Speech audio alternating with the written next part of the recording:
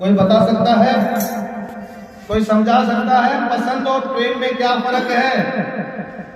या फर्क नहीं है?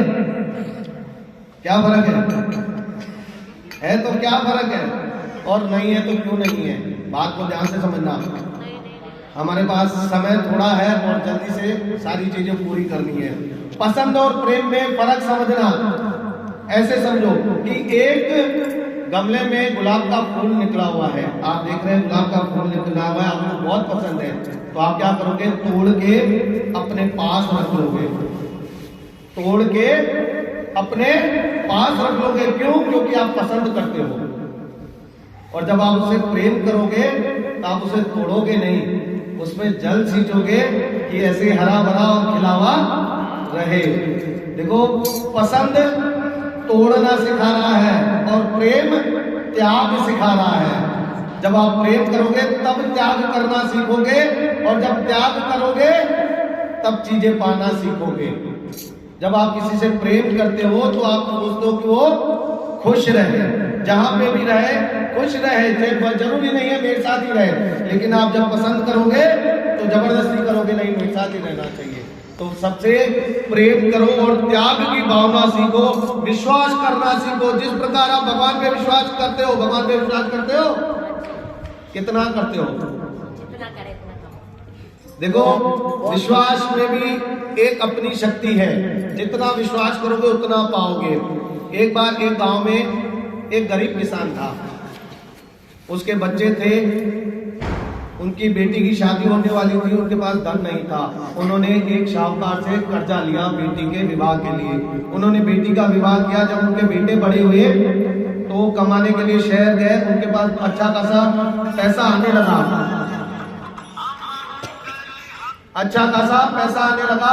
तब उनके पुत्रों ने कहा, आप शाहूकार को ये धन देकर अपना कर्जा छुड़वा लीजिए। वो शाहूकार के पास गए, शाहूकार को सारा धन दिया। शाहूकार ने एक चिट्ठी पे लिख दिया कि आपने आज सारा धन दे दिया, आपका कर्जा समाप्त हो गया, माफ किया गया। वो पर्ची उनको पकड़ा दी और उनको बोला कि आप पर्ची में देखो सब कुछ बराबर लिखा है।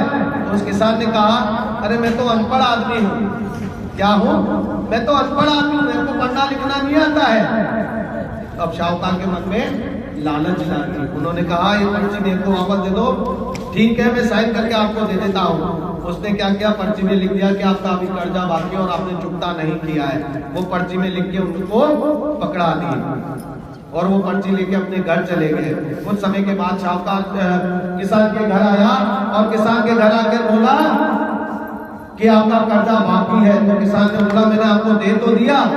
तो बोला, नहीं दिया, ये देखो मेरे पास पर्ची लिखी हुई है। ऐसी पर्ची आपके पास क्यों? उसमें लिखा हुआ है कि आपने कर्जा नहीं चुकाया, आपका कर्जा बकाया चुकाओ।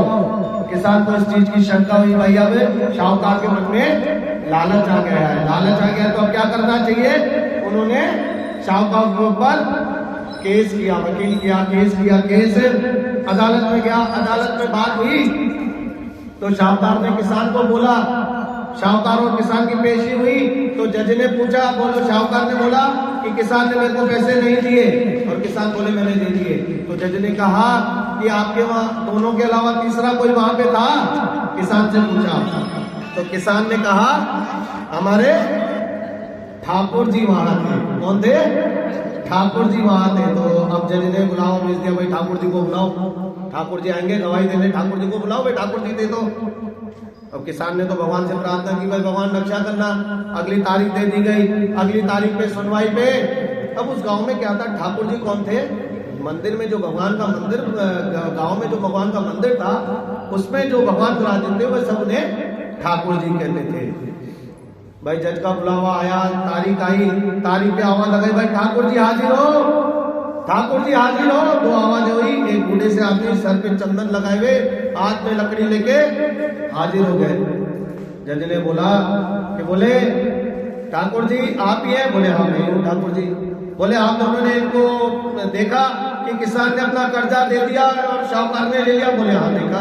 बोले शाहूकार तो मना कर रहा है। बोले शाहूकार झूठ बोल रहा है। बोले कैसे पता पड़ेगा? बोले शाहूकार के घर 3 अलमारियां हैं। कितनी? 3 अलमारियां हैं। जो तीसरे नंबर वाली अलमारी है उसमें एक फाइल पड़ी है, उस फाइल में 22वें नंबर पेज पे एक पर्ची चिपकी हुई है।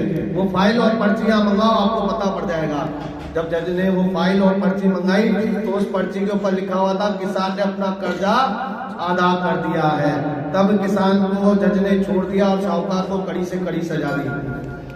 सहयोग बस उसी गांव में जज को जाना था। जज उस गांव में गया तो वहां जाके लोगों से पूछा, भैया ठाकुर जी नाम का कौन आदमी रहता है? तो गांव वालों ने कहा ठाकुर जी नाम का कोई आदमी नहीं रहता है। जज तो हक्का बक्का हो गया। बोले तो फिर यहाँ ठाकुर जी कौन है? बोले ठाकुर जी तो मंदिर में भगवान है, वही ठाकुर जी है। तब जज अंदर गया और भगवान के दर्शन करके बहुत प्रसन्न हुआ और भगवान से अपनी आत्मग्लानि प्रकट करने लगा कि क्या कि मैंने भगवान को कटघरे में खड़ा कर दिया। उसने सारी चीजों से संन्यास ले लिया और भगवान के दर्शन करने हर जगह हर शहर में जाने लगा और जिस भी मंदिर में जाता वहां खड़ा होकर भगवान के दर्शन करता। जब भी कोई उसे बैठने के लिए कहता कि मैंने बोलता कि मैंने बड़ा पाप किया है, मैंने अपने कटघरे में इस भगवान इस ठाकुर जी को खड़ा किया है, मैं बिठाया भी नहीं, इसलिए मैं भी खड़े होकर ही पश्चाताप करूंगा।